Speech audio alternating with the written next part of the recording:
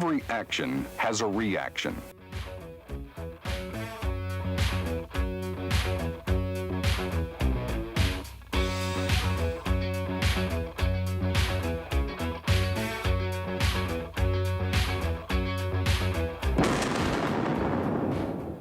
There may be a physical or political reaction. There certainly will be a psychological reaction. If you don't take steps to control this psychological effect, it will control you. For example, Saddam Hussein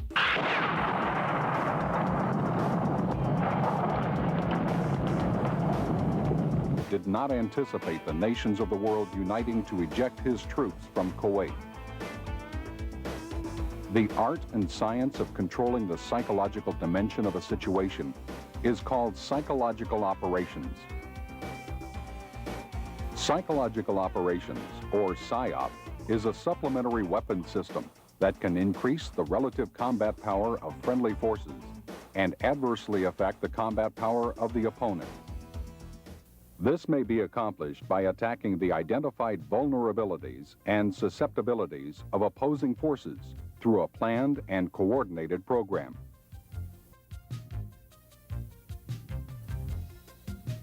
PSYOP can assist the warfighting commander and serve as a force multiplier in several ways. It allows the commander to communicate with the opposition. That night, we dropped approximately 20,000 safe conduct passes, and then the following morning, preceded by a loudspeaker broadcast and surrender appeals, the Marines went in, and the entire PDF Dignity Battalion organization surrendered without firing a shot. Many of those people hanging on to those little surrender appeals that had been dropped the previous night. We were tasked for helicopter operations, and we had mass defections and people that had just pockets of personnel that hadn't fled yet.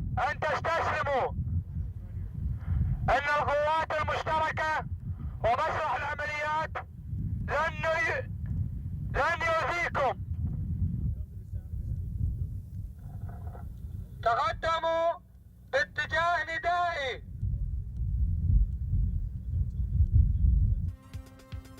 98% of the enemy POWs either had in their possession or had seen our leaflets.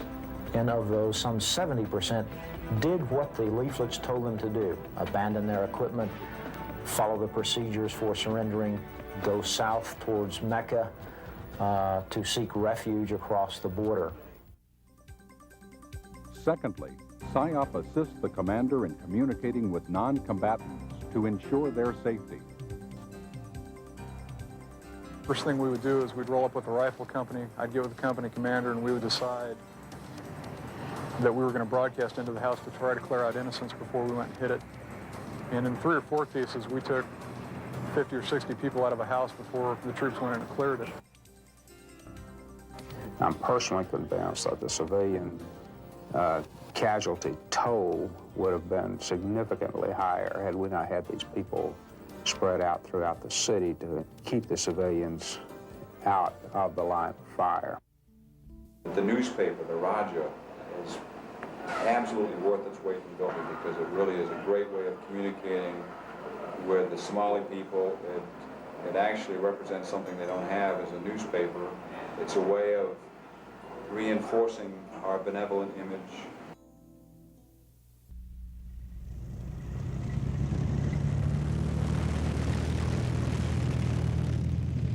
While the basic principle of psychological operations is that everything we say must be true, there are ways that PSYOP can assist with military deception at the strategic, operational, and tactical levels, amplifying the effects of deception operations. In Desert Storm, many of the leaflets were designed to convince the Iraqis that we were going to conduct an amphibious landing.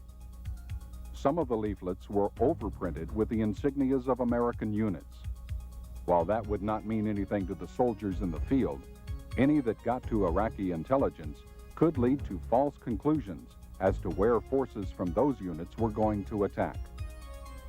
PSYOP's application is not limited to crisis or conflict. They can make significant contributions in peacetime as well.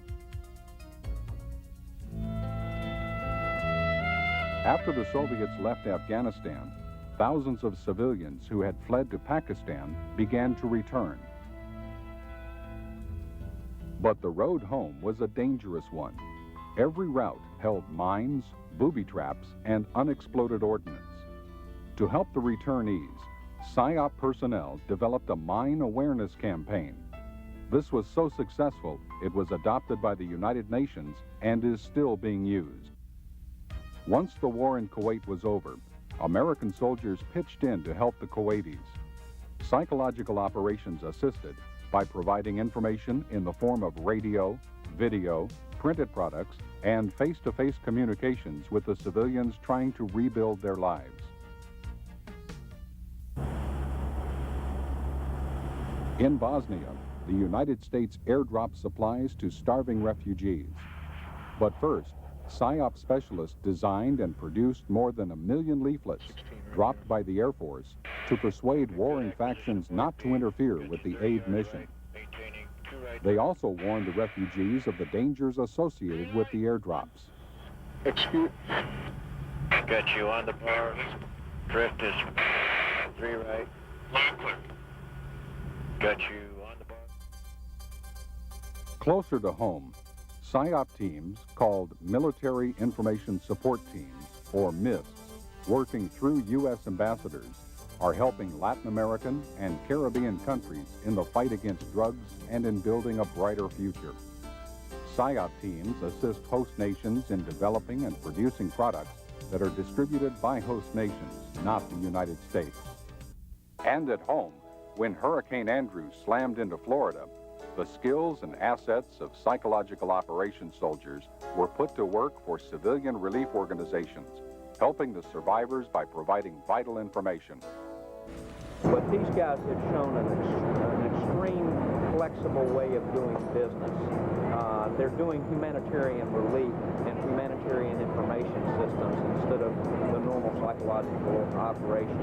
They're running the radio station, they're printing, doing everything that they would normally do on mission-wise, but with a little bit different touch to it. And to inform those not reached by radio or the newspaper, loudspeaker teams went through the devastated area, broadcasting information. We have food, water, medical attention. Really measure the impact of what you all do as a force multiplier. Plus the fact is I like the look of your soldiers. They're in good shape physically and look sharp. Morale appears to be pretty damn high, and maybe it's because you can see some tangible results of what you're doing out there. Success comes from training. People who train for psychological operations train as soldiers first, but they also get intensive training in the skills needed to design and create effective products, including advanced individual training, basic and advanced NCO courses, regional studies, PSYOP officers course, languages, and a master's degree in international relations. It all gets put together when the chips are down somewhere in the world, and it gets put together from the top down. If we do have to go to war, the psychological operations are going to be absolutely a critical part of any campaign that we must get involved in. The first task is to determine what psychological operations is expected to accomplish. This must be in line with overall objectives, both up and down the chain of command. Then you have to analyze the audience, who they are, what appeals to them, what are they afraid of. PSYOP uses a cadre of experts for this purpose. Is it is also very easy in PSYOP business for us to think of people again in our own image with our own experience. In Saudi Arabia, where the kind of message that I would have thought of putting in a PSYOP pamphlet was not what a Saudi and a Muslim would have thought. So I think it really, I guess, probably underscores the challenge of psychological operations. It isn't an easy business. It is one that is very complex because you need to understand a hell of a lot about the culture of the country that you're in, the history of it, who the faction leaders are. I mean, you really have to become politically very sophisticated in the PSYOPs business and culturally sophisticated to be able to run an effective PSYOPs program. Next, the products must be designed and produced. The guiding principle in creating products is that it must be true and credible. All of the news that we broadcast on Voice of the Gulf was taken from major news agencies like United Press International, Associated Press, and Reuters. In addition to that, we also aired testimonials from Iraqi prisoners, which urged their soldiers, their fellow soldiers, to come south, to surrender, to defect, and all of this was done on their part voluntarily. We tied not only the broadcast product, but the leaflet drops to the air campaign against the sector and regional operations center. And basically the message was, don't turn on your radars. And if you do, we will blow you away. And of course, that's exactly what we did. Our objectives are clear. Saddam Hussein's forces will leave Kuwait. The legitimate government of Kuwait will be restored to its rightful place. And Kuwait will once again be free. All psychological operations need to support national objectives. This means that PSYOP must be approved throughout the chain of command. In peacetime, the U.S. ambassador to the country in question is part of that approval chain. In wartime, the PSYOP objectives flow from the National Command Authority through the Unified Command Sync, who will normally be given PSYOP approval authority. Whenever possible, PSYOP products should be tested before they are distributed. Only after all this is done can the most visible part, the actual dissemination, take place.